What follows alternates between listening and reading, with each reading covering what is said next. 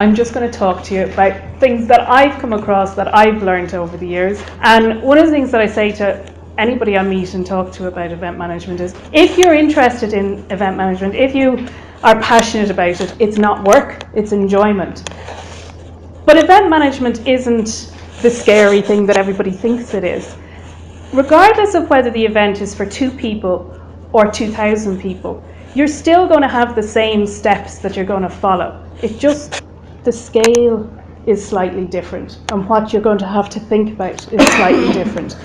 One of the things to remember as the event manager yourself is, I equate myself to a bit like a swan on the actual day of the event.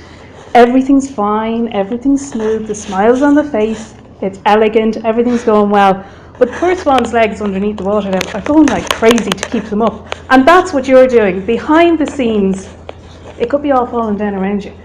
But when you're talking to your client or you're talking to your guests, everything's great, everything's smooth, everything's running as you expected or as you wanted it. And that's all because you've done the preparation beforehand. You've thought about what could possibly go wrong, what accidents can happen, how are you going to get over it, how are you going to manage that. So one of the big things that I talk about all the time is the preparation and the organising in advance of. Yes, there's a lot of work that you'll do on the day, but if you've your prep work done, it's much easier on the day for you. It's vital that you have a support team that you can rely on, because there's no point in turning around and saying to somebody, I want you to organise this for me.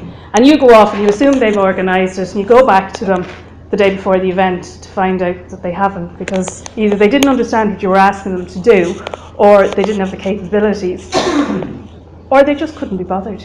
So make sure the people that you're working with are as enthusiastic, are as passionate as you are about the event.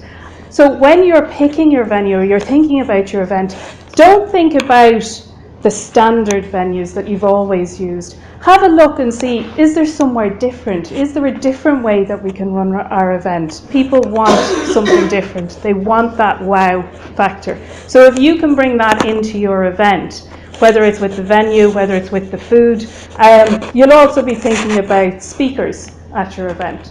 So what you'll be doing is, when you know your audience and you know your target, you can start planning the speaker that you want to attend, because the speaker needs to be somebody that will be known to your audience, but also will engage with your audience.